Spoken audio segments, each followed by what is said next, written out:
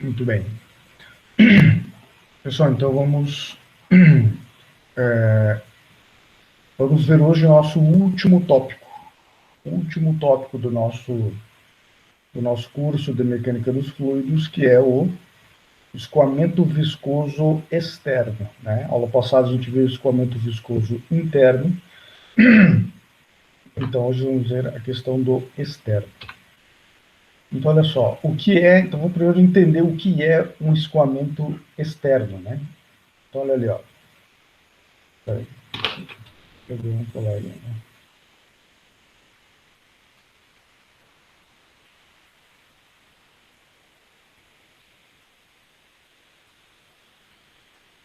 Muito bem. Então, o que é um escoamento externo? Diferentemente do escoamento interno, né, onde o fluido escoa no interior de um conduto, o escoamento externo é aquele que ocorre ao redor de um corpo. Ou seja, no escoamento externo, o corpo está imerso no fluido. Né? O que importa no escoamento externo é o movimento relativo entre o corpo e o fluido. Tanto faz se o corpo está parado e o fluido em movimento, ou vice-versa, ou ambos em movimento. Né? Então, por exemplo, aqui, ó, nessas figurinhas aqui bem da esquerda, né? Temos ali, ó, uma asa ali, né? Um perfil de uma asa que do jeito que está aqui a gente não dá de saber, né? Não dá de saber se é a asa que está parada, né? E o escoamento andando, ou o escoamento está parado e a asa que está andando, né? Certo? Em movimento. Aqui embaixo temos a situação de um carro, né? Em geral, o que acontece? O carro está em movimento, né? E o ar, né? O fluido que ele está imerso, o ar, ele está parado, né? Teoricamente, né? Idealmente, né? Ah, aqui é o caso oposto, né? Então, o caso de uma estrutura fixa no solo, né? De um prédio, de uma casa, um caixote, qualquer coisa desse jeito, né? Então, aqui, essa geometria, o corpo está fixo e o escoamento é que está aqui em movimento, né? Certo? Então, veja que o escoamento vem aqui, né? Mais ou menos uniforme, e aí quando ele encontra esse corpo aqui, ele se deforma, né? O escoamento se deforma, contornando aí a presença do obstáculo que está no seu caminho, né? E aqui, bem à direita, né, eu peguei uma foto aqui que fosse representativa, né, desta situação que, na verdade, é a mais comum, né, é a mais comum, onde temos o objeto em movimento, né, o corpo em movimento, no caso do avião, e o ar, o fluido, também está em movimento. Né?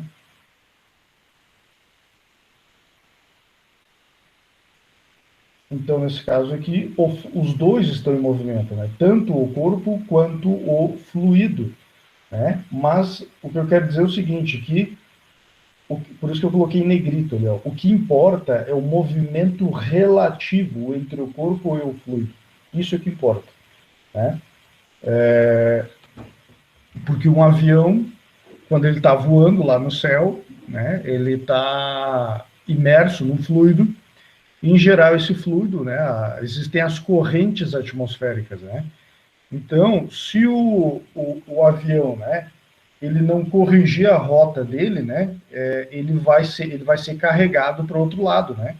Ele está indo nessa direção, mas se o vento estiver nessa posição transversal, ainda que ele vá para frente nesse sentido, ele vai para o lado aqui nesse outro sentido, né? Então, como o vento está aqui, né, e para ele não ir para lá, ele vai ter que corrigir, né, ou indicar aqui o vetor velocidade dele, para que ele, em relação ao solo, ele vá na direção que ele quer ir, que ele precisa ir, né? Então, em todo esse contexto aí, vai haver um movimento relativo, né, entre o fluido e o escoamento.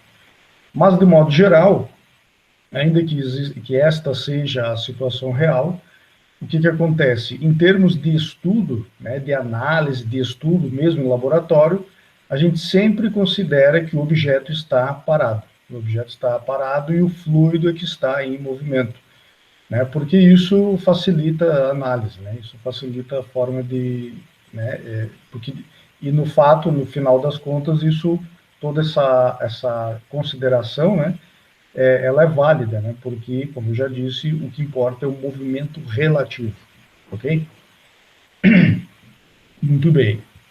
E o que acarreta o fato de um escoamento externo ser viscoso, né? Então, nós vimos lá o capítulo 6, que era o escoamento não viscoso, e agora nós temos o escoamento viscoso, só que ele é externo, né?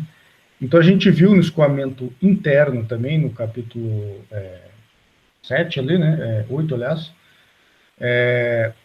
que a presença da parede, né? Pelo fato da a parede estar com velocidade zero, e o fluido ter viscosidade, isso resulta num perfil de velocidade, né? Em geral, como a gente viu, um perfil de velocidade parabólico, né? Certo? Só que num escoamento externo, né, vai também surgir um perfil de velocidade próximo à parede, né? Só que tem um limite, né? Vai ter uma limitação esse perfil de velocidade, né? Então veja esse desenho aqui, né? Ele é bem representativo do que acontece.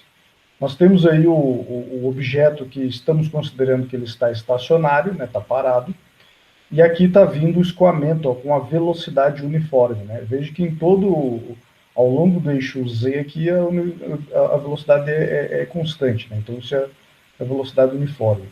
Quando esse escoamento ele encontra o objeto, né, mesmo num escoamento não viscoso, o que vai acontecer? O escoamento vai se deformar para poder contornar o obstáculo, o objeto, certo? Mesmo escoamento não viscoso, né? Então essas linhas azuis aqui mais distantes, né? Essas linhas azuis, né? Essas linhas de emissão aqui, né? A linha de emissão, né? Que nesse caso confunde com a emissão, né? Com a trajetória, né? Essas linhas de emissão azuis, elas representariam o comportamento do fluido não viscoso, que vai se deformar de qualquer jeito, né? Só que agora tem uma outra situação, né? Que a presença da viscosidade. E a presença da viscosidade faz com que dentro dessa linha pontilhada, abaixo, né? Entre a linha pontilhada e a superfície do objeto, né? Tanto aqui em cima quanto aqui embaixo, dentro dessa região, né? Entre a pontilhada, vai existir um perfil de velocidade, né? Porque, conforme a gente viu também no escoamento interno, o escoamento do fluido junto à parede tem a velocidade da parede. Então, se esse objeto aqui ele está parado, a velocidade do escoamento junto à parede do objeto é zero, né? Só que lá bem no topo, lá onde está a linha pontilhada, é o limite, né, do gradiente de velocidade, certo? Então, dessa linha pontilhada para cima, o escoamento assume a velocidade do escoamento uniforme, né? Certo? Do escoamento uniforme. Então, dentro dessa região do pontilhado, entre a pontilhado e a superfície, onde existe o gradiente de velocidade, né? Aí é o que nós chamamos de camada limite, né? Limite do quê? Limite do gradiente de velocidades, certo? Só que acontece, essa camada limite, ela vai também acabar influenciando a trajetória do escoamento não viscoso que está acima dela, né? Então, o caso é que da metade para frente aqui, né, essas linhas azuis, elas acabam sendo um pouco diferente, né?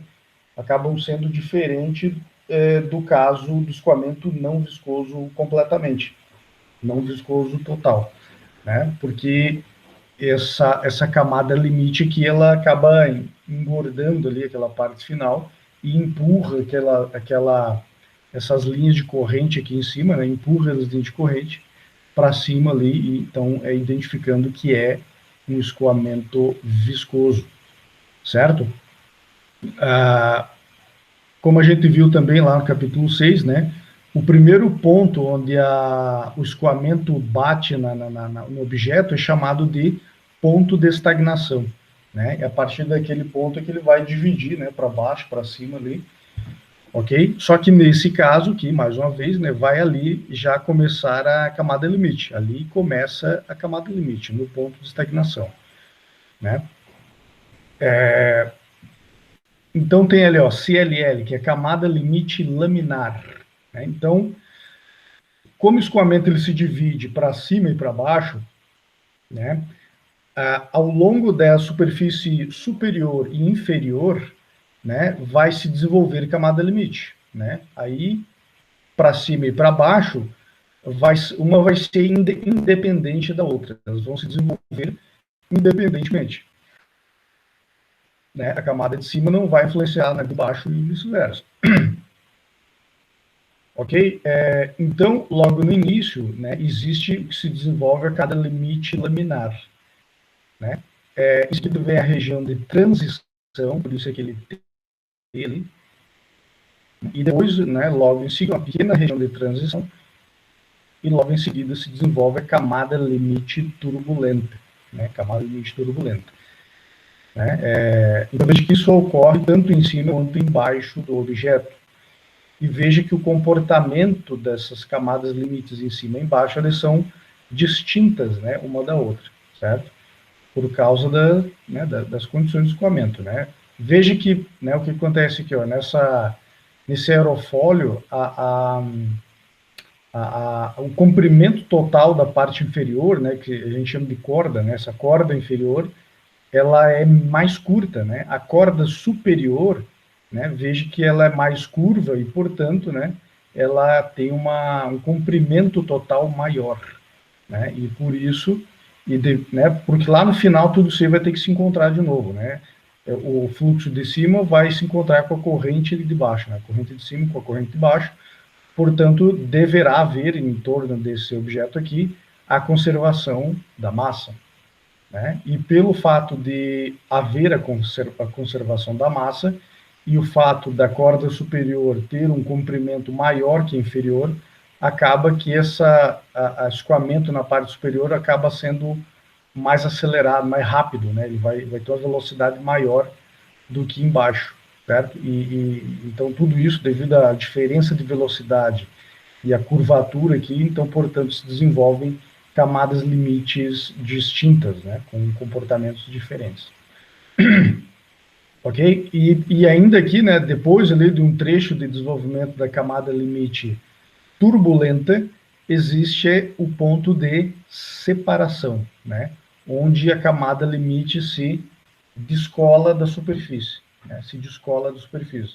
Mas o que quer dizer isso na realidade? Como assim se descola, né?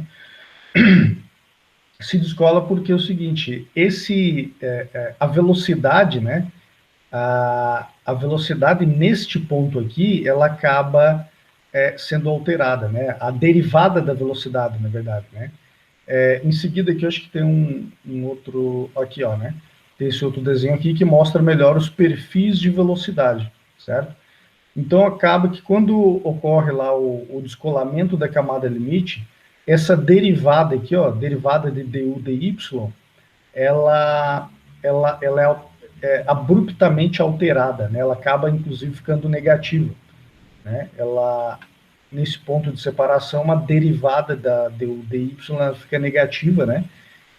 Resultando no quê? Que daqui para frente, desse ponto de separação para frente, o escoamento ele se torna caótico, né? Ele cria recirculações, né? Vórtices, né? Turbulentos e que é totalmente caótico já a partir da superfície, né? Veja que dentro da camada limite turbulenta, né? O escoamento é turbulento, só que muito próximo à superfície, o escoamento é sempre laminar, né? E, portanto, existe um perfil de velocidade definido, muito próximo, né? Muito junto à parede, ok? Depois do ponto de separação, mesmo muito junto à parede, não se tem um perfil de velocidade definido. Não se tem um perfil de velocidade definido. se torna caótico ali, né? E, portanto, as forças que estão envolvidas também elas se desaparecem, né? Porque a gente viu, né, que tanto no escoamento interno, né, que existe a tensão de cisalhamento, né, certo? Então, dentro da camada limite é onde haverá a tensão de cisalhamento, né, certo? E lembre que tensão está relacionada à força. Então, quando eu falo que existe tensão de cisalhamento, existe uma força de cisalhamento, uma força de frenagem, né, de frenagem ou de arrasto, né, certo? Então, dentro, devido à presença a existência da camada limite, né, que dentro dessa camada existe um perfil de velocidade devido à viscosidade do escoamento, por isso que existe uma tensão de cisalhamento e, portanto, uma força de arrasto, tá? Depois que descola a camada limite, essa força desaparece, ela, né, como o escoamento se torna bagunçado, essa força de arrasto ela desaparece, né? E a gente vai ver mais no final aqui dos slides, né, que também, além da força de arrasto, pode surgir, pode haver, né, não é necessariamente, pode haver uma força de sustentação. No caso aí é um aerofólio, né, que justamente o objetivo, a função do aerofólio é criar uma força de sustentação, né? Então as camadas limites elas permitem que surjam, né, inerente ao fenômeno, né? Vão surgir tanto força de arrasto quanto a força de sustentação. Mas quando ocorre a descolamento da camada limite, essas forças elas desaparecem, né? Então veja que, por um lado, desaparecer a força de arrasto é bom porque, né? Então é menos força de frenagem, né? Então, se é um veículo, uma aeronave, você vai ter menos resistência ao movimento e, portanto, um consumo de combustível. Só que, por outro lado, vai também desaparecer a força de sustentação, né? E aí isso não é desejável, né? Então, inclusive na aeronáutica, no campo da aeronáutica, isso é evitável, né? Tenta-se evitar a todo custo, né? Que se desfaça, que se descolhe essa camada limite, né? O que o pessoal sempre faz assim é projetar os perfis de asa, né? E as condições operacionais da aeronave para que sempre se postergue ao máximo possível a separação da camada limite, o descolamento, né?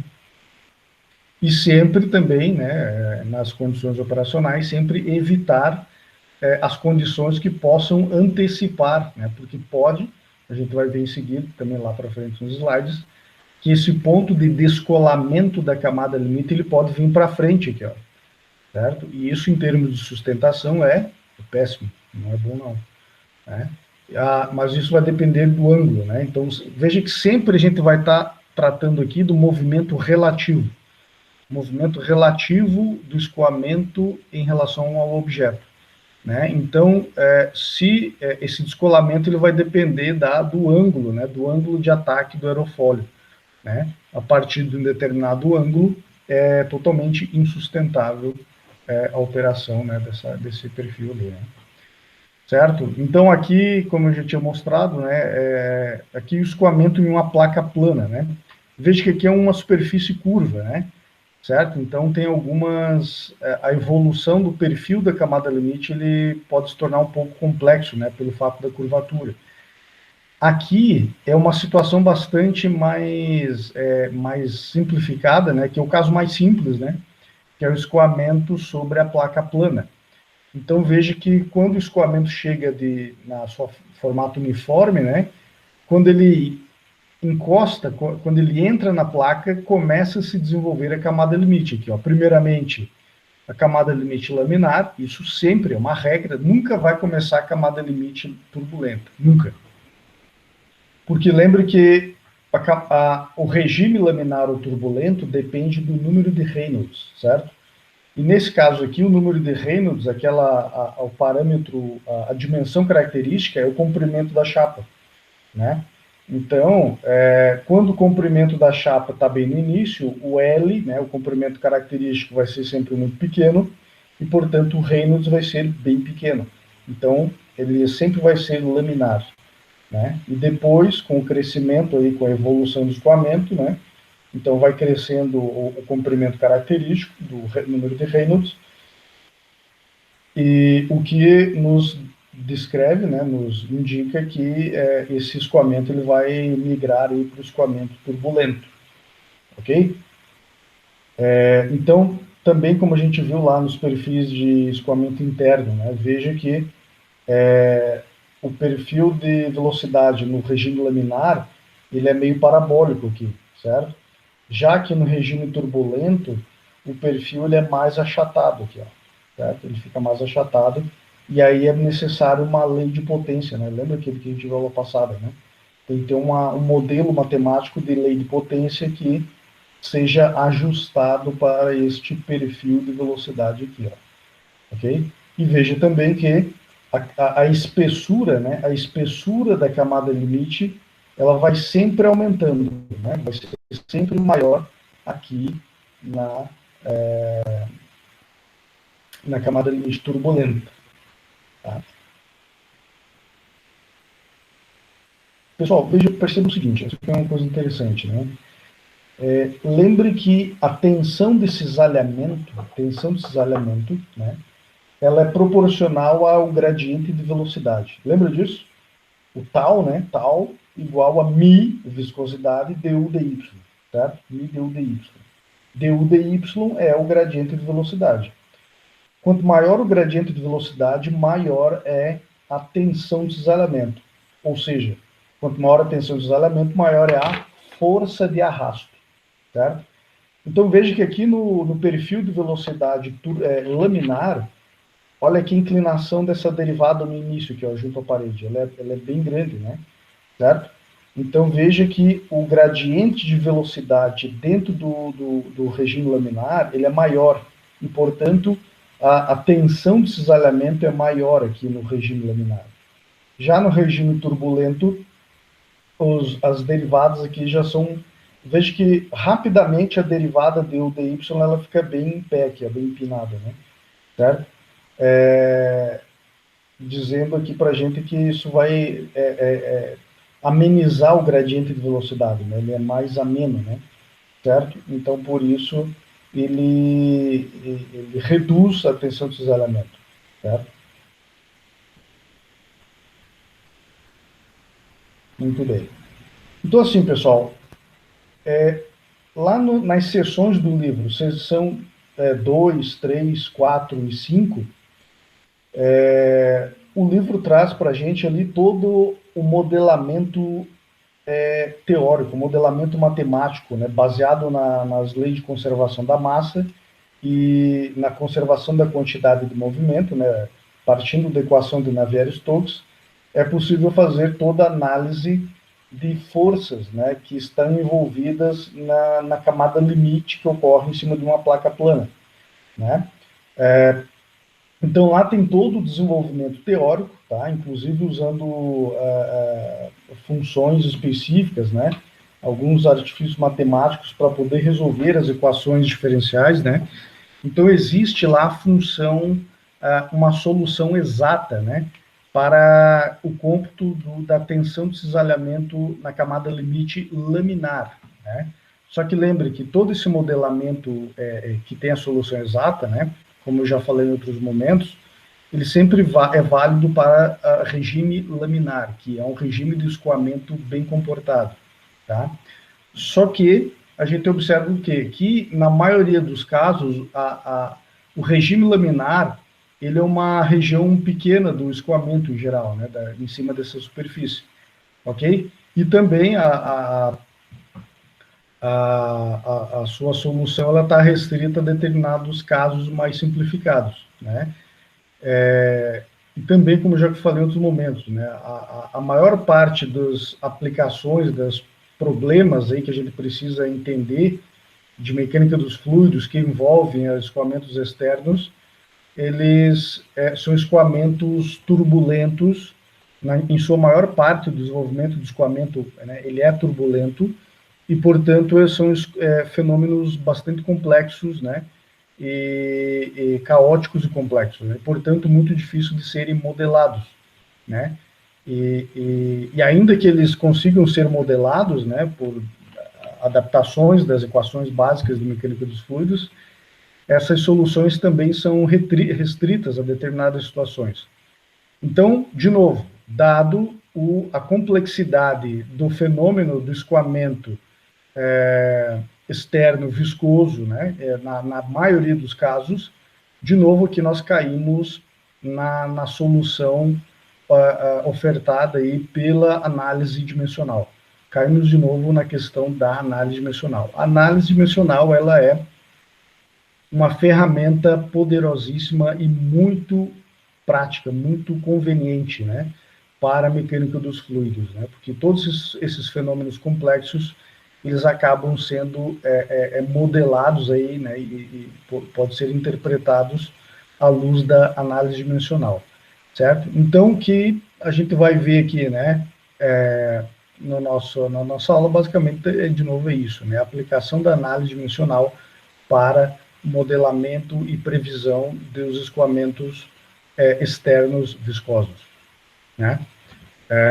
Então veja aqui, ó, né, 3 exemplos de escoamentos externos viscosos, né, em cima de um aerofólio, escoamento sobre uma esfera, escoamento sobre uma placa plana perpendicular ao escoamento, né, não só uma placa plana longitudinal, mas perpendicular ao escoamento, né. Então, a força em geral que mais, né, o tipo de análise que em geral mais se busca numa análise de escoamento externo é a força de arrasto, né? São as duas, né? A força de arrasto e a força de sustentação, né? Mas a força de arrasto, que a força de sustentação, ela está mais relacionada aí a aplicações aeronáuticas, né? E energias renováveis também, né? Propulsão, né? Vários sistemas de propulsão, né? Hélices de navio, de barcos, mesmo de turbinas aeronáuticas, turbinas a vapor, né? A palheta de uma turbina a vapor, ela tem um perfil de asa desse, né? Que ela vai ter ali sua parcela de arrasto e a parcela de empuxo, né? É justamente dessa forma, né, que o fluido transfere quantidade de movimento para o rotor, através dessa pá, que tem um perfil de hélice, né, de aerofólio, certo? Então, a gente vai estar sempre interessado na determinação dessas duas forças, né, de arrasto e de sustentação.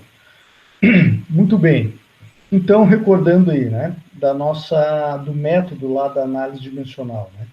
Então, nós temos como nosso foco, nosso objetivo é entender as forças que surgem em cima desses objetos, né? Nós temos ali o FD, né, que é drag, né, em inglês, arrasto ou drag, FD, que é igual a uma função, né? Então, olhando, né, só olhando para o fenômeno aqui, né, a gente pode supor ali né, que essa força ela é função da dimensão característica, né, certo? Que no caso aqui pode ser essa altura do aerofólio aqui, ou no caso aqui da esfera, o diâmetro da esfera, ou aqui no caso da placa, a dimensão da placa, né? Ok? Da velocidade do escoamento a montante, né? Ok? Antes dela chegar, né, a velocidade uniforme anterior ao objeto, e as propriedades do fluido, né? Que a viscosidade e a massa específica. De novo, né, já aplicando lá o método de formação dos grupos adimensionais, nós vamos ter aqui esses dois grupos que a gente já conhece, né, que é esse grupo aqui que envolve a força, né, e a força, velocidade, diâmetro e massa específica embaixo, do outro lado aqui o número de Reynolds, né. Ele chamou aqui de F2, e como tem dimensão ao quadrado, a gente pode já relacionar essa dimensão ao quadrado à área, né? A gente vai ver que essa força, né, na verdade, essa dimensão característica, né, que está envolvida, na verdade, ela se reflete na questão da área, né? Na área de projeção frontal, né? A área que o escoamento enxerga quando ele está chegando no objeto, né? Então, um mosquitinho ali que está viajando junto com o escoamento, quando ele chega na frente do objeto, ele vai ter a projeção frontal daquele objeto. Então, essa área de projeção frontal, né, a força de arrasto, ela é proporcional, né, ela depende desta área de projeção frontal. Né? Então, esse D quadrado ali, que surgiu do processo de adimensionalização, né, de formação dos grupos adimensionais, esse D quadrado, para ele fazer mais sentido, então ele pode ser traduzido em área, né, em área. Ok? Então, portanto, foi mudado aqui, né, F2 para F3. Então, uma função 3 que relaciona a área, né? E no fim das contas, então, esse F2 é uma constante que é a função do Reynolds, né? Então, esse F3 seria esse coeficiente, né? CD, né? O coeficiente de arrasto, né? Então, esse coeficiente de arrasto, ele é uma função do número de Reynolds. Conforme for o número de Reynolds, esse coeficiente de arrasto ele vai ser alterado, né? Então fica dessa forma aqui, né? Certo? Veja que CD, né? Que é uma função de Reynolds, fica igual a força de arrasto dividido por metade, né? Rho V quadrado sobre 2, né? Então, por que V quadrado sobre 2? Porque é energia cinética, né? Certo? Então, energia cinética. A gente representa aqui energia cinética. Rho V quadrado sobre 2 vezes a área. Ok?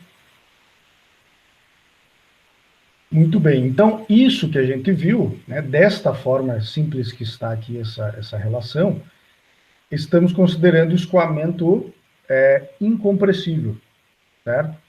Escoamento de um fluido único, né, incompressível. No entanto, podemos estar analisando um escoamento compressível, né?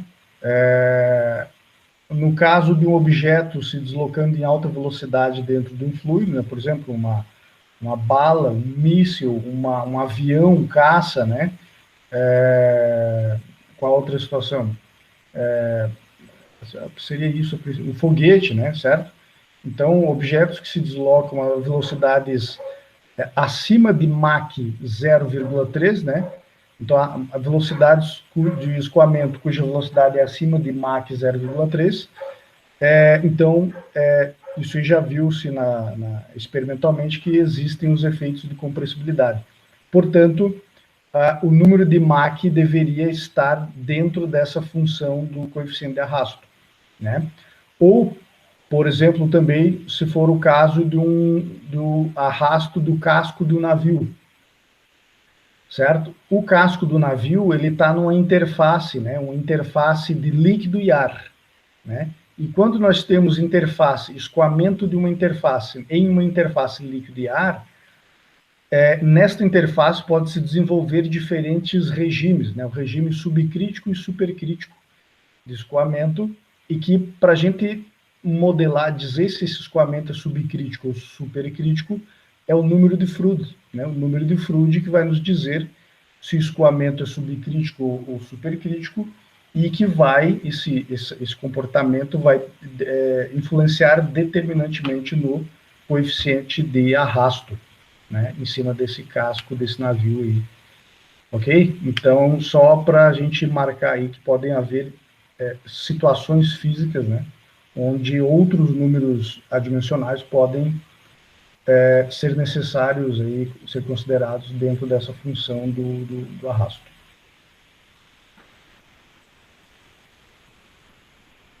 Muito bem, então vamos ver aqui o caso mais simples, o caso do escoamento sobre a placa plana, né? Ok? Então, como já foi mostrado ali, né? O escoamento vem uniforme, se desenvolve a camada limite laminar, depois é turbulenta, certo? E então, como a gente calcula, né? Qual é então, veja que agora qual é o foco do nosso problema, qual é agora? Qual que se tornou o foco do problema? A determinação do CD, né? A determinação desta função aqui, ó, função de Reynolds.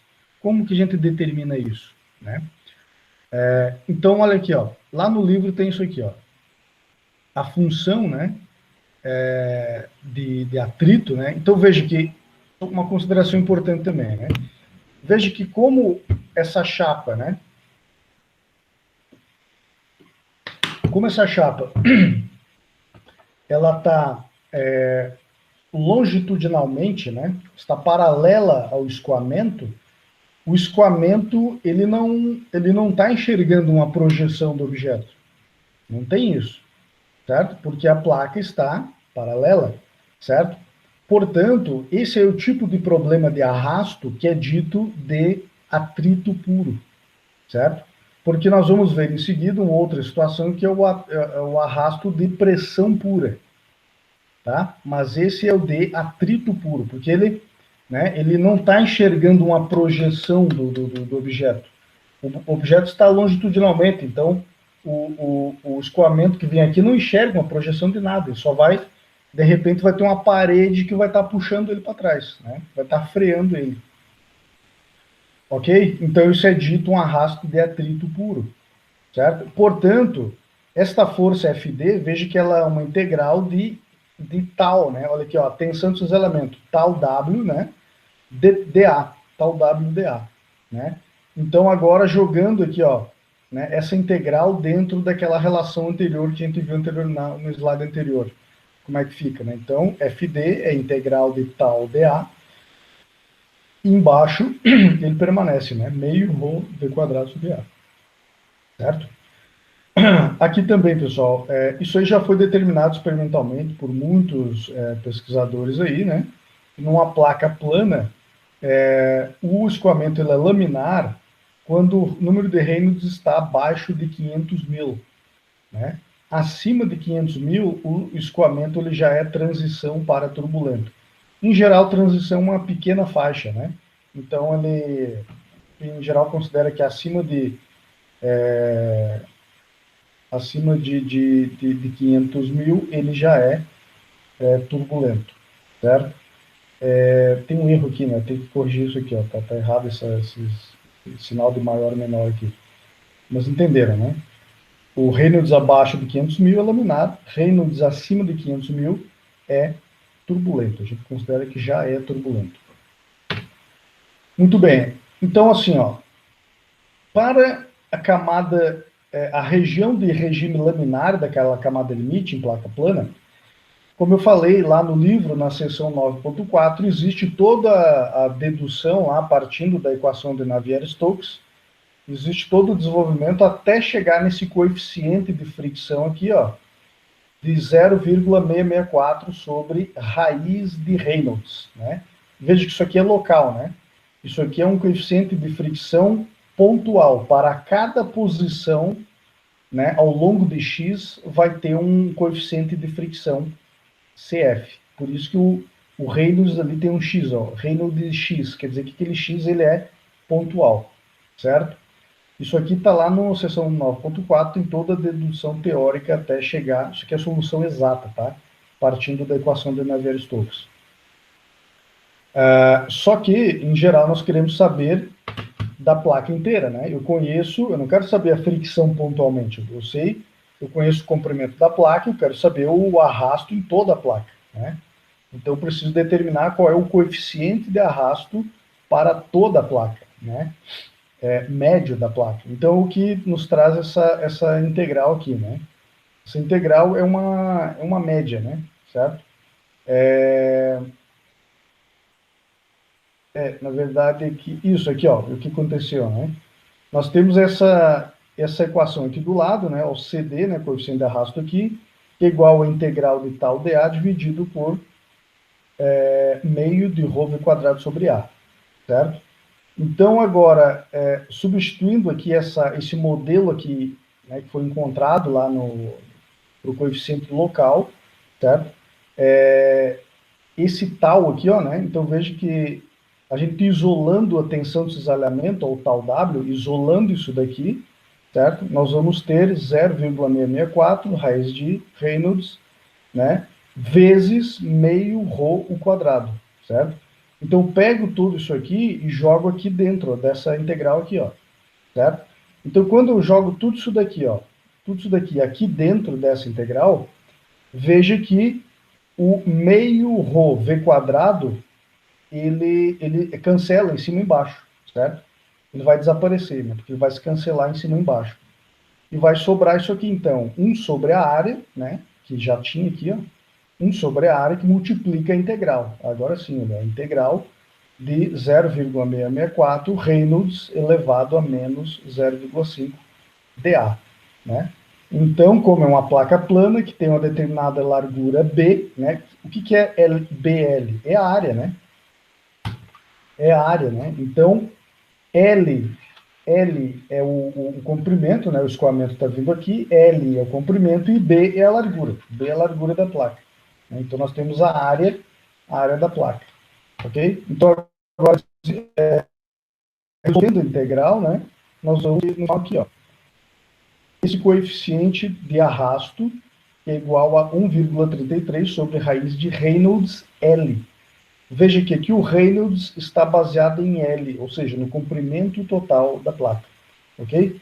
Então, para uma placa plana, o coeficiente de arrasto, que é de atrito puro, ele é calculado esta expressão aqui, que é uma solução exata. Né? Isso aqui é para o regime laminar. Regime laminar. Para o regime turbulento, veja que é tudo, o procedimento é o mesmo, só que qual é a diferença? Que essa equaçãozinha aqui, ó, do coeficiente de fricção local, olha aqui, ó, de novo, ó, Reynolds X, que é um Reynolds local, elevado a 1/5, né?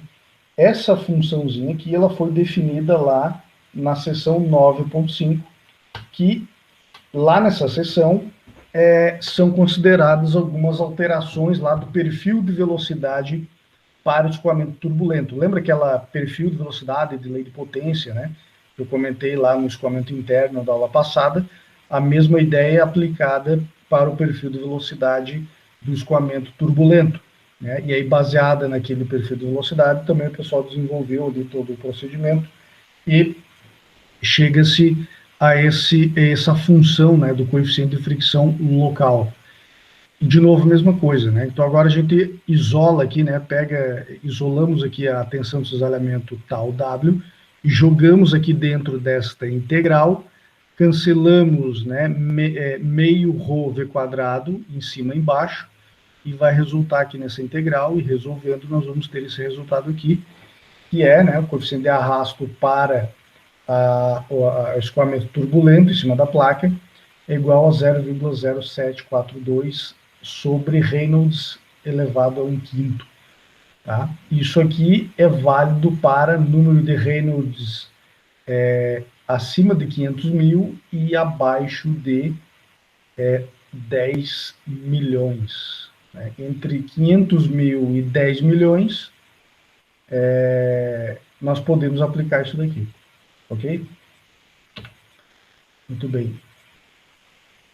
Por que isso? Porque isso aqui deriva de um perfil de velocidade que foi definido dentro desta faixa de número de Reynolds, certo? O pessoal lá estudou o perfil de velocidade turbulento do número de Reynolds, né? Perfil de velocidade do escoamento turbulento dentro dessa faixa de Reynolds, determinou os coeficientes da lei de potência para aquele perfil de velocidade e acabou resultando nesta, né, funçãozinha de coeficiente de fricção local, e que resultou aqui aplicando essa integral média aqui, né, neste coeficiente de fricção global para a placa como um todo, ok? Esse diagrama ele mostra justamente o resultado da aplicação destas equações aqui, ó, certo? Então, aqui, aquele gráfico já nos mostra diretamente o valor de CD em função do Reynolds. Aqui, ó, em função do Reynolds. Aqui, para o caso laminar, né, e aqui que tem dois modelos, tá? Depois, lá no livro, vocês podem ver, tem um outro modelo que ele sugere o cálculo de CD para número de Reynolds acima de 10 milhões, tá? Então, resulta em dois modelos para o regime turbulento. que é representado por essas duas linhas superiores aqui, ó, certo? E o que está entre as duas aqui seria dentro do regime de transição, né? Ok? Mas veja que, então, conhecendo o número de Reynolds, é possível vir nesse diagrama aqui e pegar aqui, ó, diretamente qual é o coeficiente de arrasto, né? É porque isso aí, pessoal, né, antigamente não existia computador, né, disponível para todo mundo. Então o pessoal fazia tudo de forma gráfica, né? Alguém calculava na mão ali todos esses pontos e plotava num gráfico, né, e botava nos livros, e aí ficava muito mais fácil o pessoal vir num gráfico e pegar o valor de CD, né? Hoje em dia, como todo mundo tem computador, a gente pode implementar no Excel isso aqui, né? Pode implementar essas equações no Excel e fica só entrar com o número de Reynolds, ele vai nos dar o valor de CD exato, né? Ok? Então tá, veja, tudo isso é para a placa plana atrito puro. Agora, atrito de pressão. O atrito de pressão, veja, ó, como é que é definido o arrasto, né? O arrasto de pressão.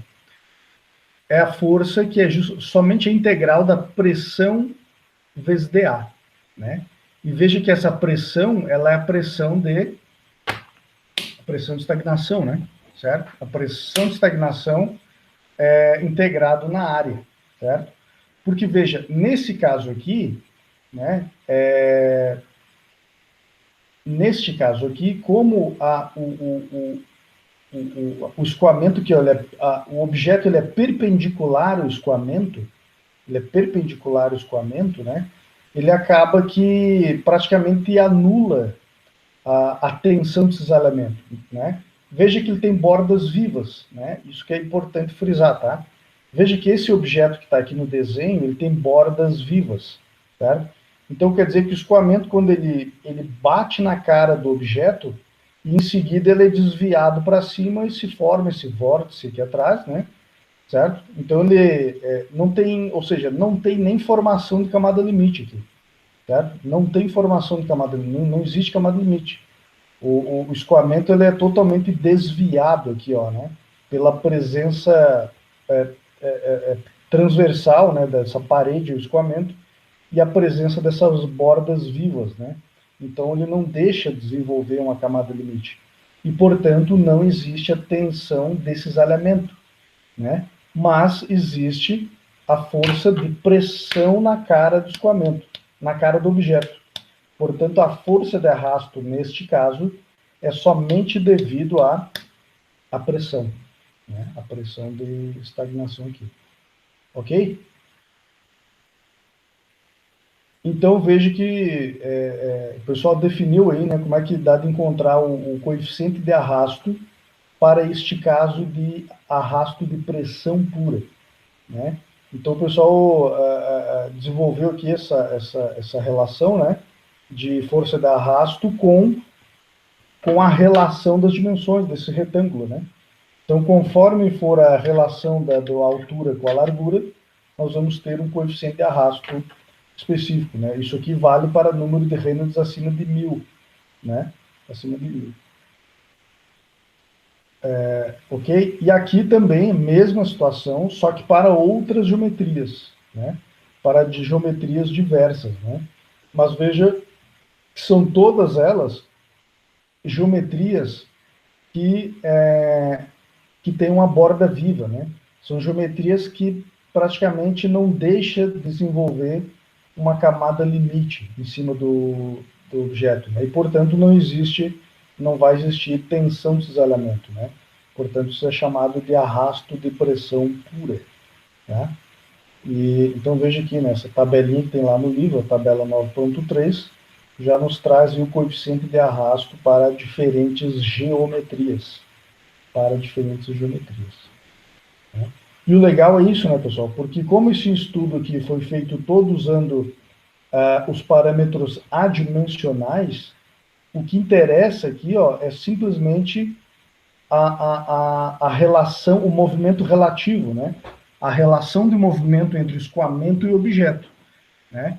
Então, se eu tenho uma meia esfera, né? Uma meia esfera com a cara voltada para o escoamento, Não interessa qual é a dimensão dessa meia esfera, se tem 1 centímetro, se tem 5 metros de diâmetro, se é água, se é ar, se é óleo, não interessa, né?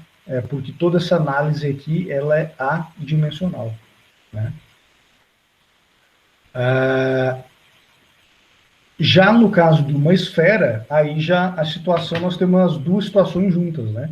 Nós temos a situação onde existe, né, o escoamento, ele enxerga uma área de projeção, né? Então existe o arrasto de atrito, mas também o escoamento acaba né, desenvolvendo uma camada limite em cima dessa superfície. Então é o caso onde tem os dois efeitos de arrasto, o arrasto de pressão e o arrasto de atrito, ok? E aqui também, né? Então o pessoal aí, experimentalmente fez a correlação do coeficiente de arrasto com o número de Reynolds, né? E de novo também, veja que isso aqui é adimensional, né? Ele independe da dimensão, se é grande, se é pequeno, se é água, se é ar, se é óleo, certo? Mas é para a esfera, né? O que tem que se respeitar aqui é a semelhança geométrica, certo? Semelhança geométrica e semelhança cinemática. Lembram disso? Né? Então, contanto que tenha que seja uma esfera, né? Como é uma esfera, então, de qualquer jeito vai haver semelhança cinemática, né? Como é uma esfera, ok? Muito bem. Pessoal, só note o seguinte, ó, veja que como o coeficiente de arrasto ele diminui com o número de Reynolds, estão percebendo isso? Né? Então veja que ele vai ali, né, no início aqui, ó, né, ele reduz bastante, depois lá, ó, depois de Reynolds 2 vezes 10 na 3, né, depois de Reynolds 2 vezes 10 na 3, 2000, né, depois de Reynolds 2000, ele meio que estabiliza, estou percebendo isso? O coeficiente de arrasto meio que estabiliza. E veja que se o coeficiente de arrasto estabiliza, a, não, a força não, né? Só o coeficiente mesmo, porque daí a velocidade vai continuar variando, né? Mas é isso. O coeficiente de arrasto, ele estabiliza, né? Durante um regime de tempo aqui. E depois, olha só, ele dá uma queda, ele cai mais ainda, tá? E a que se deve isso? Por que ele tem esse comportamento? Depois de um determinado ponto, ele cai abruptamente, né? O coeficiente de arrasto, né? É devido justamente o descolamento da camada limite, certo? Aquela questão da camada limite. Quando aumenta o número de Reynolds, o comprimento da camada limite vai diminuindo. Eu não coloquei aqui, né, mas lá no livro tem um desenho que explica direitinho isso ali, tá? Ele explica por que até depois eu vou colocar aqui um diagrama que explica isso, né? A movimentação do ponto de separação da camada limite, né? Conforme o número de Reynolds, certo? Então, como eu falei, né? Depois que descola a camada limite, tanto a força de arrasto como de sustentação, né? No caso que sustentação não é o caso, mas as duas elas reduzem muito, né? Ok? E aqui o cilindro, né? Veja que é muito parecida a situação de esfera e cilindro, certo? Só que veja que deu uma pequena mudança ali, né, da correlação entre coeficiente de arrasto e o Reynolds, certo? Mas é bem próximo, né, a situação do escoamento sobre um cilindro e sobre a esfera, ok? Carenagens, né? Então veja que a ideia é sempre a mesma, né, pessoal? A ideia é sempre a mesma, né? Como analisar o fenômeno. Só que conforme for a geometria, né, conforme for a geometria desse objeto, então vai mudar a função do coeficiente de arrasto. Né? Isso que vai acontecer. Certo? Olha aqui, ó, interessante aqui, ó, ele traz as curvas separadamente, né? Então, aqui, ó, de forma separada, a curva de arrasto de atrito, né? No caso dessa carenagem de um perfil, uma espécie de um aerofólio também, né? Então, veja que o arrasto de atrito, ele reduz com com a dimensão, né? Olha só que interessante, né? Eles fizeram a correlação do coeficiente de arrasto com a relação das dimensões desse aerofólio, dessa carenagem aqui, né? Sendo que T é essa altura, né? E o C é o comprimento. Então, conforme aumenta, né? Aumenta a espessura, né? A espessura relativa aumenta, né? Conforme fica, ou seja, conforme fica mais gordo isso aqui, né? Conforme isso aqui fica mais gordo, esse perfil, ele vai aumentar o coeficiente, aliás, vai reduzir, no caso do arrasto de atrito, né? O arrasto de atrito diminui, interessante isso, né? O arrasto de atrito diminui com o engordamento desse perfil, né? Mas por que se deve a isso, né? E veja que o arrasto de pressão aumenta com o engordamento deste perfil, né? E aí fazendo a soma, né, o somatório das duas, né, ele fica essa curva da banheira, que é uma curva de banheira, né?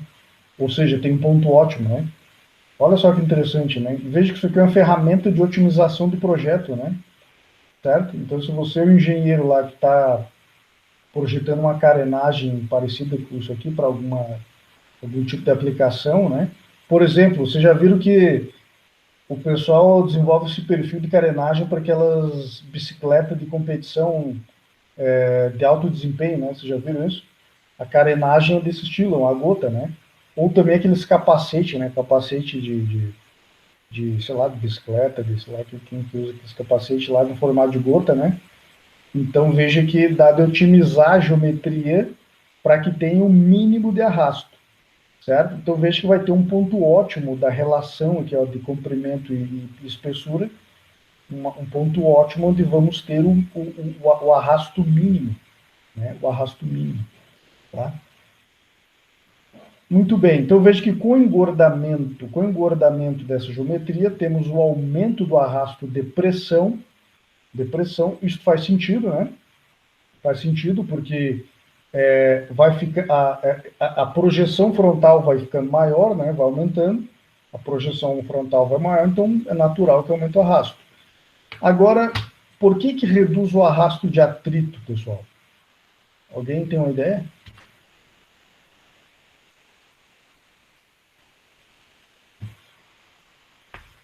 Estão me acompanhando, hein?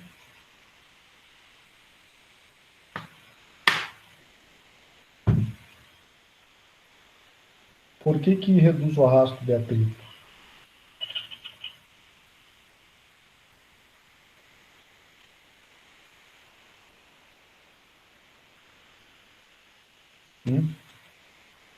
Meninas,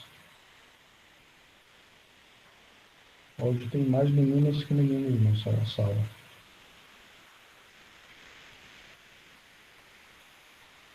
Perfeito. Por que reduz o arrasto de atrito quando engordamos este perfil? Por que esse perfil, quando ele engorda aqui, olha, aumenta essa espessura relativa, diminui o arrasto de atrito? Deixa eu ver se eu encontro aqui uma...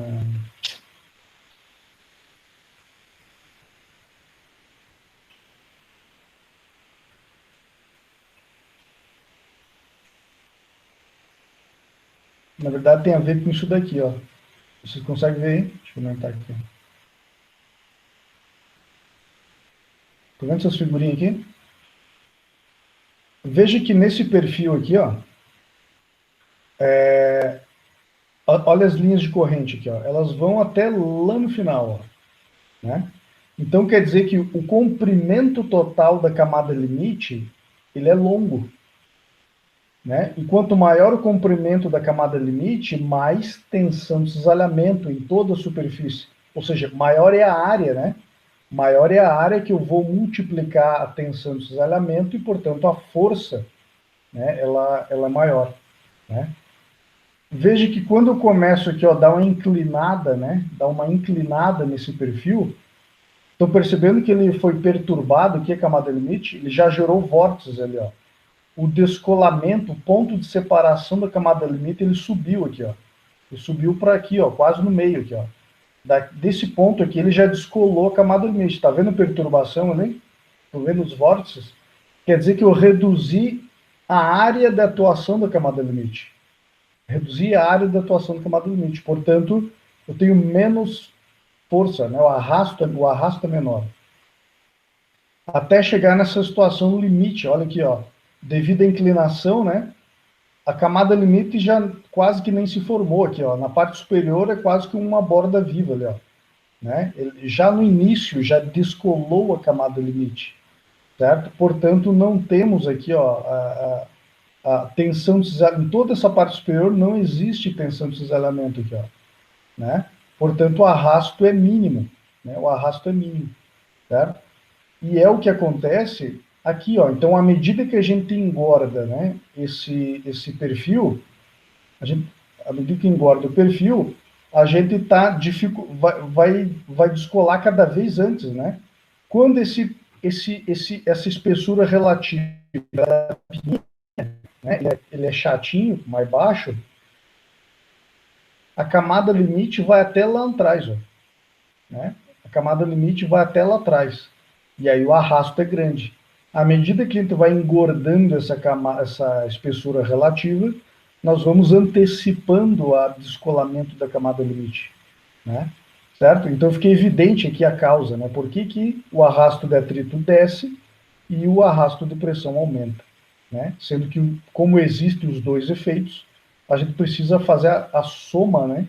A soma dos dois efeitos, o que vai resultar nessa curva de banheira e que existe um ponto ótimo, né? Então, isso aqui é o ponto ótimo de projeto, né? Para as dimensões dessa carenagem, né? Beleza? Aqui outros perfis, né? Oi, alguém vai falar aí? Não, só ia falar, beleza. Joia. Então tá, aqui ó, outros perfis aí, né? Porque assim, ó, pessoal, a NASA, né? Outros institutos de pesquisas, empresas lá, né, dos Estados Unidos, o pessoal desenvolveu perfis, né? Inclusive perfis otimizados já, né? Para aplicação aí de carro de competição, para aplicação aeronáutica, para aplicação em paletas de turbina, né? Então o pessoal desenvolveu determinadas geometrias aí, né? Inclusive são geometrias que acho que até patenteada, né? Sei lá.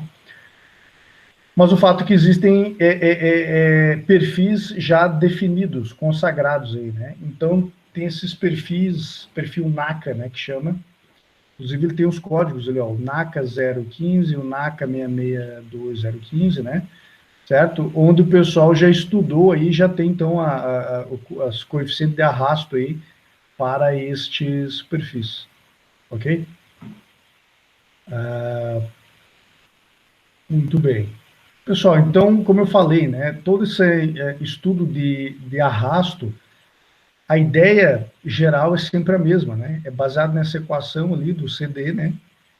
Força sobre meio ρ v quadrado sobre A, e o que muda, então, é a função do CD, né? A função do coeficiente de arrasto. Ok? E aí, isso aí tem um mundo de coisa para estudar também, né, pessoal? Isso aí a gente está falando, está dentro do campo aí da aerodinâmica, né?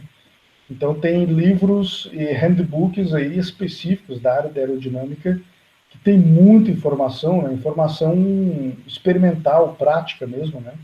Que pode ser usada para aplicação em projetos, tá? Não sei se alguém de vocês já participou aí do aerodesign, né? Mas o pessoal do aerodesign já foi atrás aí desses materiais e encontraram bastante coisa aí, né? Para o pro projeto do perfil de asa do avião, todo o estudo lá do avião, né? Ok? Muito bem. E a outra força que a gente sempre está interessado quando vai estudar escoamento externo é a força de sustentação, né? Sustentação, né? Que é força para cima, né? Que é o lift, né? Que em inglês é o lift, por isso que tem o coeficiente de de sustentação, né, ou CL, né, o lift coeficiente, né, certo? Mas veja que o modelo da matemática é o mesmo, né? Só mudou, em vez de FD, é o FL, força de lift, força de sustentação, né? Mas a abordagem da análise, na verdade, é a mesma, né? Ok? Então, aqui aqueles desenhos que eu tinha mostrado antes ali, né? Só que no caso aqui, além do arrasto, né? O arrasto sempre vai existir, né? Além do arrasto, surge também a força de sustentação. Ok? Então, por exemplo, aqui, ó, esses perfis NACA aqui, ó, por exemplo, né? Então, veja ali, ó, aqui o coeficiente de sustentação, ele depende do ângulo de ataque, né? De um ângulo de ataque. Aqui, agora não lembro, tem um número de Reynolds definido para isso aqui, né? Conforme for o número de Reynolds, mas é para uma faixa de número de Reynolds, né? Para uma determinada faixa de número de Reynolds, vale este coeficiente de sustentação aqui, né? Certo? Que depende do ângulo de ataque, né? Então, veja, ó, baseado com relação ao plano horizontal, à medida que inclinamos ali o perfil, né? Então, esse é como o escoamento está vindo aqui, então esse aqui é o ângulo de ataque, né? O ângulo de ataque. E veja que o coeficiente de sustentação, ele vai aumentando, né?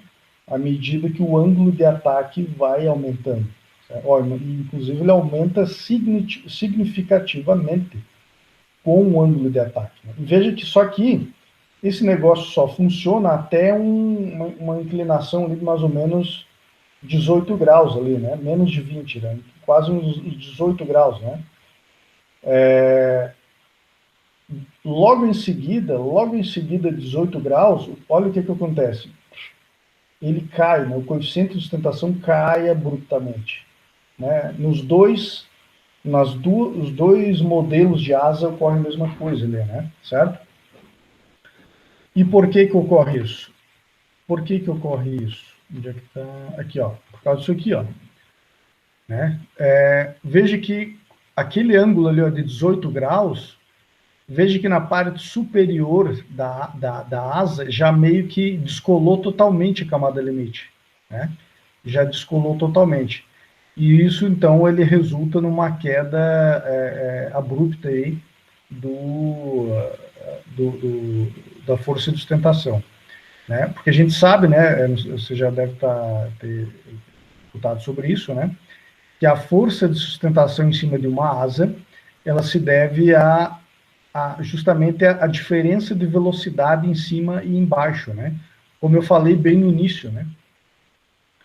Como eu falei bem no início aqui, ó, em cima desse perfil, né? Como a trajetória superior é maior que a trajetória inferior, e como do início até o fim vai ter que se conservar a massa, né? A lei de conservação da massa está atuando, então isso resulta que a velocidade superior aqui, na parte superior, é maior que embaixo. E se a gente fizer aquelas análises lá da equação de Bernoulli, né, a gente vai ver que com o aumento da velocidade na parte superior implica uma queda na pressão na parte superior. Então, como na parte superior existe uma pressão menor que na parte inferior, vai ter um delta de pressão, delta P. Um delta P apontando para cima, né? Certo? Então, veja que esse delta P, ele depende da existência da camada limite, do desenvolvimento da velocidade aqui. Tem que ter velocidade alta aqui, ó, em cima, para que baixe a pressão e crie o delta P de sustentação, né? Delta P vezes área é força de sustentação, certo?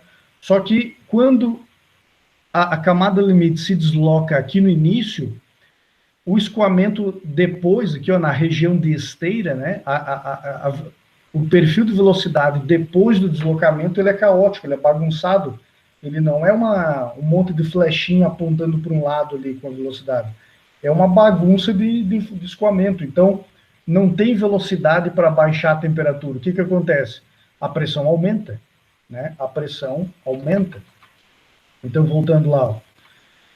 Então, quando ocorre o descolamento da camada limite prematuramente aqui em cima, essa região aqui, ó, é de alta pressão, né? Ela é alta pressão e, portanto, aquele ΔP de sustentação, ele morre, né? Ele acaba. Inclusive, pode ter até o inverso, né? Pode ter uma pressão até maior na parte superior, né? Ele vai, inclusive, socar para baixo a asa ali, né? Certo? Então, quando acontece isso, essa perda da sustentação, o pessoal da aeronáutica chama de stall, né? Quando stall é uma queda, né? Ele perde a sustentação, né? A asa estolou, o pessoal chama, né? Fazendo, aportuguesando o termo, né? Estolou, né? Houve o stall ali, devido à ruptura da camada limite, à perda da sustentação, né? Ok? Então, aqui também, ó, como eu falei, ainda que a sustentação, ainda vai existir concomitantemente o arrasto. Né?